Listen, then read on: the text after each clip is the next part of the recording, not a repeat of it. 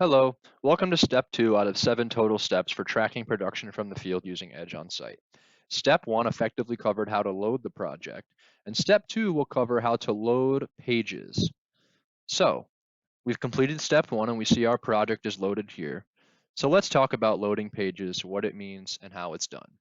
The first thing I'm going to do is go inside the project by hitting this open button, which will bring me to my overview screen. You all should be familiar with this screen from general use and training, but if any questions, please feel free to reach out. What we're going to do for the purpose of this video is navigate to the Pages screen by using the toolbar at the bottom. So I'm going to tap Pages, and now I will see a list of all my pages and sections. So loading pages is something that we are doing a little differently since our last release. And the reason that we had some changes was to improve overall performance. The focus of that was centered around when you originally load the project. In the past, we were loading all pages within the job all at once. However, it's not realistic to do that at all times because you may only need one or two or possibly more pages for tracking within a single given day. So instead, we loaded the project much quicker at the start and we allow you to choose which pages you'd like to be working in. This portion requires connectivity to internet or LTE, but once you load these pages, you will be able to take them offline, which is another major purpose of the feature and for the changes. So that's what we're discussing how to do today. So you have two options when loading a page. You can load an individual page or you can load all pages at one time. Let's start with the first. So if I want to load an individual page, all I have to do is either tap the name of the page or the background image preview to effectively load that page. Let's do so with this Camillus Wall and ACT page. I'm going to take my finger and tap it, and we can see that a modal pops up saying that we are downloading the page.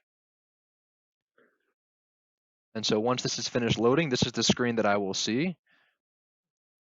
And if we use this back button in the top left, I can now see a green check mark next to this page name, which indicates to me that the page has been downloaded.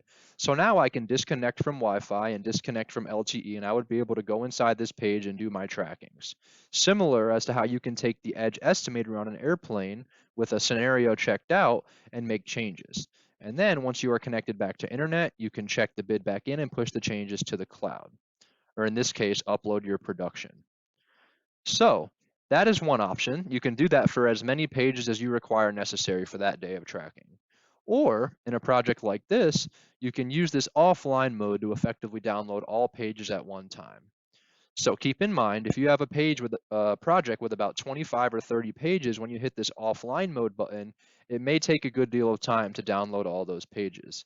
But in a project with only 2 or 3 pages like the one below, it may be simpler to just go ahead and grab them all, just in case you need 2 or 3 of them for one day of tracking. So if I hit this offline mode button, we're going to see that happen. It's going to ask me if I for sure want to go through with this action, and I will hit download. And once this window is done processing, you will see a check mark next to the Camillus page and the Walgreens page.